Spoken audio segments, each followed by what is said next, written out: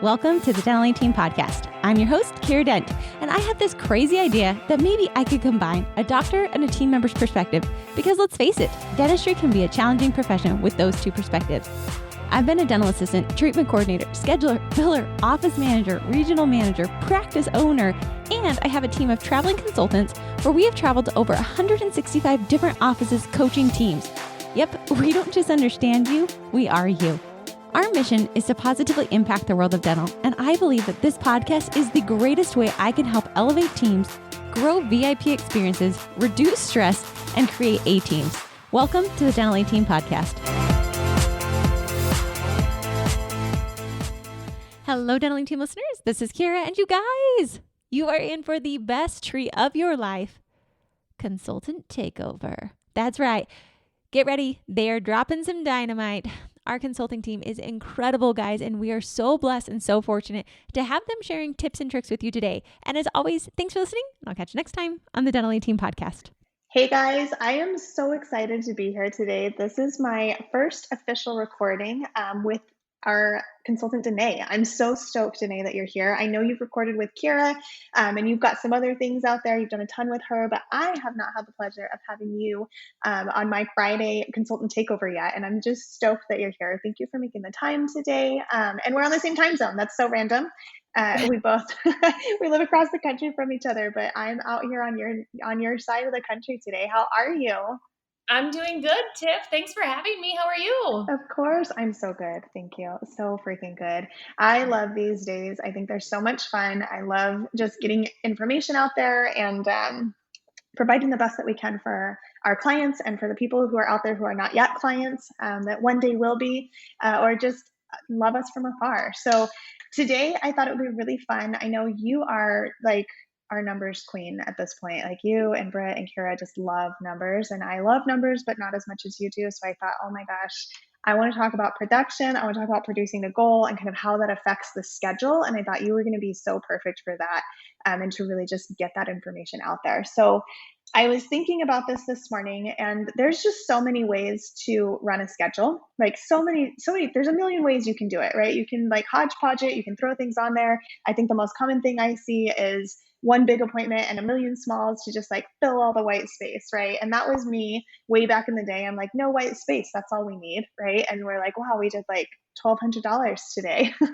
but we had no white space. So to me, I was like, this is fantastic. Like doctor was busy. He wasn't up here asking me to make calls. So it was a great day.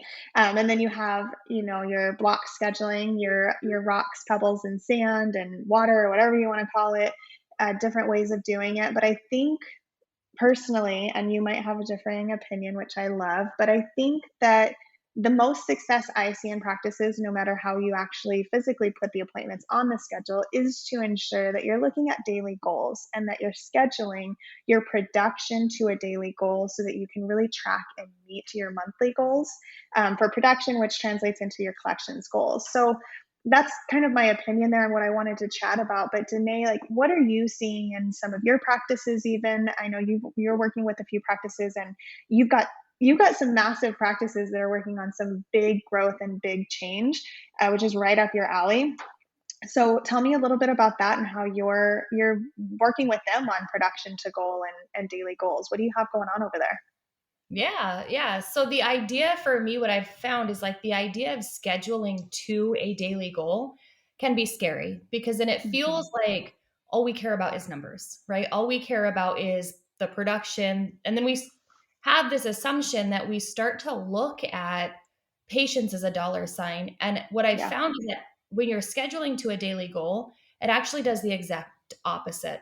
What it does is help relieve some of the stress, relieve some of the unknown so that you can truly focus on taking care of your patients. Oh I gosh, have seen offices, and I have seen offices do templated scheduling. I've seen offices do just like one high production column and one low production column. And honestly, both of them work. Both of them work. As long as everybody in the team is in alignment with what is your daily goal, and everybody knows in the office where the doctor is, where the assistant is, and where the hygienist is. So the schedule can tell you a story, but if you're scheduling to that daily goal, it truly does relieve that stress of the unknown, and it allows you to focus on your patients. For sure. I love that. I love that you added that piece in there, because that is the scariest piece, I think, for a lot of our team members that are listening as well. Because our team members, like we all are here in dentistry because we love people. Like on some level, we wanted to help people be healthier.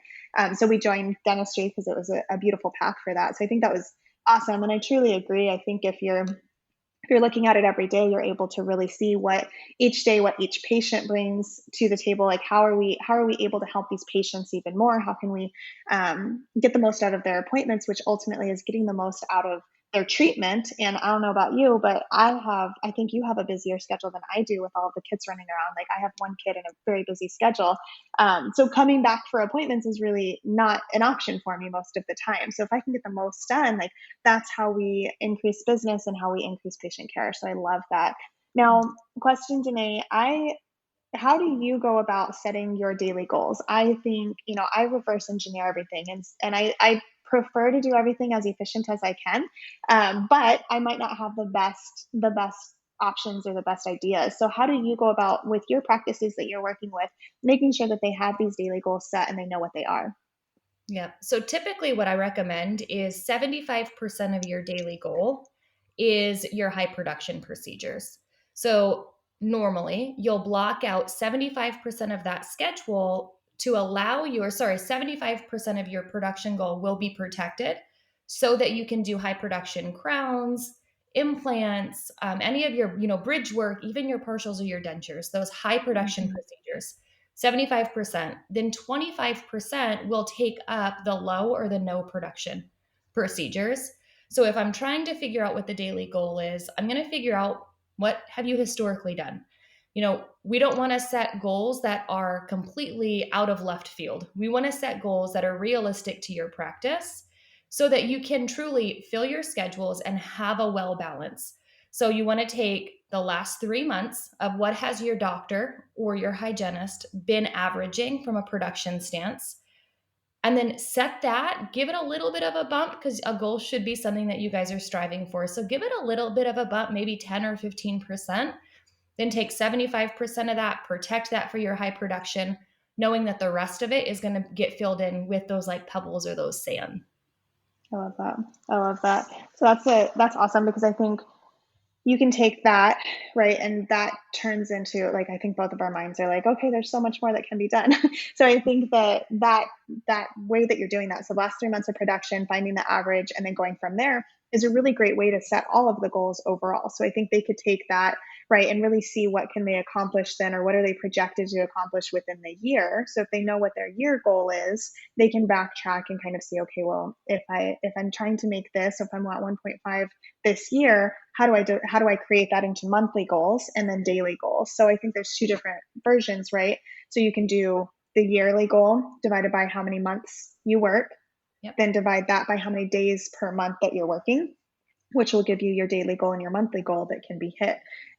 Or you can do the opposite way, right, and build up. So you're looking at what your monthly average is, and what your daily average is. So if you do, Denae, like what you're saying here, is really figure out what the average daily goal is based on the last 3 months of production, then you can build it out by day, by month, turning into the year. So then you would take every day, you would multiply your daily goal that you just came up with, that average, multiply that by how many days that specific month you're working, gives you your monthly goal. And then you can do that for every month. So then I think both ways work, right? And I think the first way, reversing from your year down, gives you an easy looking path, but it's less defined per month. So it's not going to be differing every month. You'll have the same monthly goal. So months like February, you're like churning and burning, trying to get that production in when you've got like 8 to 11 days of actual production days. So your version, the opposite, right? Doing the daily average daily goal and then building out from there is going to give you different months or different production per month that is achievable by day. So I love that. What do you think the biggest reason and the main importance on why we push for daily goals? What do you think that is. Like, why do you feel like these practices listening today really need to consider this and start doing their daily production and pushing for those goals? What do you think? So it creates balance in the schedule. It gives you something that you stability, right? You know, every day you're going to be producing X amount. And so you're not stuck at the end of the month stressed, not knowing how Yeah. you're going to pay your bills, not knowing how you're going to pay your team. So you have a balance. It's like every day that we go to work, right? We go to work because we want to collect a certain amount of money to be able to pay our bills and to be able to live our life. It's the same exact concept within your schedule. You want to know every day that you're coming in, you're producing or really ultimately collecting X amount of money consistently instead of trying to cram everything into one really stressful day just to Yeah. turn around and produce nothing the next day. So instead Yeah. of having that roller coaster effect in your schedule, it's more of a well balance across the board, and everybody knows what they can anticipate coming into work, ultimately allowing you to take care of your patients. I love that. I love that. Okay, great. So I think the next layer of that, well, let's recap first. So daily goals are super important. I think that's just how you're going to reach your goals. I can't imagine doing it any other way. And I think adding a layer to that would then be taking your daily goals, scheduling to that production, which you talked about. I love the 75% is high production, 25% is everything else so that you're ready to meet that goal. And I think the next layer to that is we are looking at this every day, but if we're only looking at our daily goal every day, if we don't meet our daily goal yesterday, but we still only push for our daily goal today, and maybe we meet it, but tomorrow we don't, like we're still gonna get to the end of the month and be like, oh, well, why are we short? We did our daily goal every day. How did we not meet that? And here at the Dental A team, I know one of the things that I push my practices towards, and I'm sure we all do, is really being proactive rather than reactive. And the practices that I work with, I am constantly pushing them to look at where we are, where we have been, and where we're going. And this daily production it can be done that way. It's a piece of that. So if we're only looking at today, we're not looking at where we've been or where we're going, we could still miss the mark on our monthly and our yearly production goals and our collection goals. So I would suggest every single morning, I do this at morning huddle. I put it on the sheets and we do this every day, is to look at what have we done so far this month, plus what is on the schedule. Are we projected to meet goal yet? And then if not, divide that by the remaining days of this month. How much more do we need to add each day to our daily goal in order to hit that monthly goal? So now we're not forgetting about that gap, because what happens, right, is we get to the end of the month still and we're like, dang, there was a $3,000 gap. How many times have we missed freaking bonus, right? Or we've missed the goal. We're like, we were so close. We were only 3,000 off. That's like 2 crowns. Absolutely. Where could we have added 2 crowns? If we're talking about that every day, maybe at mid-month we notice we're $3,000 off. If we just add $200 a day for the rest of the month, we could hit that goal. And that's much more manageable than getting to the end of the month, that last day like you're talking about, and saying, hey, it's August 31st, we need $3,000 added to today. And the team's like, are you crazy? Like, we are jam packed and we've got a ton of crown seats. Where are you trying to add 3,000? And my dental assistants are hating me because they're working through lunch. So it's like, what could we have done? What are small pieces that we could have done throughout the month if we're paying attention to our daily goal that could have gotten us there? So I think that's kind of the next layer. And Denae, what do you feel like? We've reviewed, scheduling tactics. So there's so many episodes on scheduling, and we help our clients constantly with those. So please feel free to reach out. Scheduling tactics and really how to get to that daily production goal both ways. So your yearly goal reversed and then your daily goal in progression, and really learning how to be proactive rather than reactive. So looking at those pieces today, yesterday, and moving forward, where are we at and what do we need to add? Is there anything else that's top of mind for you, Denae, that you feel like if we left this episode today and we did not tell them this thing, we did them a disservice? Is there anything else you can think that would be a layer on there? So I think there's two things. First, I would say think about your schedule and your daily goals like the game of Tetris.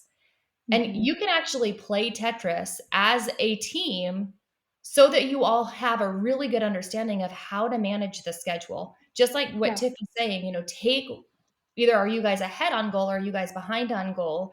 And the rest of the month is where you're going to be able to figure out where you can fit that in. So truly a really fun game to work with the team on is Tetris. Pull it out in a team meeting and play that, and then tie it back to your daily goals and your schedule. Mm-hmm. So super fun, like hands-on, visual, tangible way to really see what the schedule, how you can manage the schedule. When it comes to like the being more proactive with your schedule versus reactive, I would say follow up, follow up, follow up. You want to make sure every day you're making those follow-up calls. You're not waiting until the schedule is completely dead. Now you have time. If you make 10 calls a day, that's 10 more calls than you would have made today, right? Like, so you constantly make those calls so that you don't have to come into work and have a dead schedule and all of a sudden be scrambling to fill the schedule. So great system to implement is that 2-2-2 system. Follow up 2 days after you present the treatment plan. Follow up 2 weeks after you present the treatment plan. Follow up 2 months after you present the treatment plan. Let the patients know that you care and you're concerned that they didn't schedule. For sure. I love that. Good job. I love it. So, okay, we talked about a lot today. I feel like we busted out some solid information in this 15 minutes or whatever we've been here for, but I'm going to recap. So we've got our daily goal. You guys, if you're going to try to produce your daily goal, you got to freaking know what it is. So we gave you 2 different versions, 2 different ways to do that. I want you to go home, go back to your practice, whatever it is, and figure out that daily goal so you can implement it right away. Structure your schedule with your team. I love Denae's option of practicing a game with it. Tetris, Sudoku is another great one. Like, what can you guys do to really wrap your mind around how are we looking at the schedule? And the reason we say Tetris is not like to fill those white spaces. Like, don't be old school Tiffany. It is to really see how things fit together and align and what matches with what. That's why we look at the schedule as a game of Tetris. So figure out your daily goal. Go do that right now, you guys. Structure your schedule. Talk with your team. You can come up with ideas, docs, or office managers, or whoever's listening to this today. Like, you have ideas. You guys are smart. You know how to do this. So come up with ideas, present it to the team, figure out what's going to work best for your practice specifically. Practice it, and be proactive daily. So once you get these numbers in line, once you see what you need to track, start tracking them every day and be proactive. What do you need to add in order to meet that goal? How can you do more for your patients while they're there in your chair? And then make sure you're following up. I love that. I love that last piece, Denae, like 10 calls a day. 10 calls a day adds up, you guys. If you've got 15 days in the month and you're making 10 calls a day, that's 150 people that you've reached out to, or at least 150 calls that you've made to reach out to ensure that your patients are healthier, leaving your practice than when they walked in. So go do those things. I love this, Denae. This was really great. I knew you'd be my like all-star on this because numbers are your jam. I tell everybody that. I'm like, if you want numbers, you want Denae. Yeah. So thank you. I appreciate you being here today. That's it. That's a wrap, guys. I want you to go do these action items again. Figure out your daily goal, figure out your schedule, come up with the ideas, take them to the team, practice, do a game, do whatever needs to happen. Be proactive. Look at your daily goals, look at your monthly goals, see where you're going, and what needs to be done, and then follow up. And as always, we love having you guys here. We are so happy to call you our friends and our family, and we hope that you reach out to us. Any of this information or anything else that you guys think of that you may need, reach out. hello@thedental18.com. We are happy to answer questions, to send you information. If you're looking for how we've worked with our practices on implementing these things, we're happy to help you. We're happy to help you personally implement them as well. And as always, leave us a 5-star review down below. People read through those things, you guys. If you've done some of these things, if you loved the information, leave the information there in the comments because people actually really do read them and they do take it to heart. So thank you for being here. We can't wait to see you next time. And that wraps it up for another episode of the Dental 18 podcast. Thank you so much for listening, and we'll talk to you next time.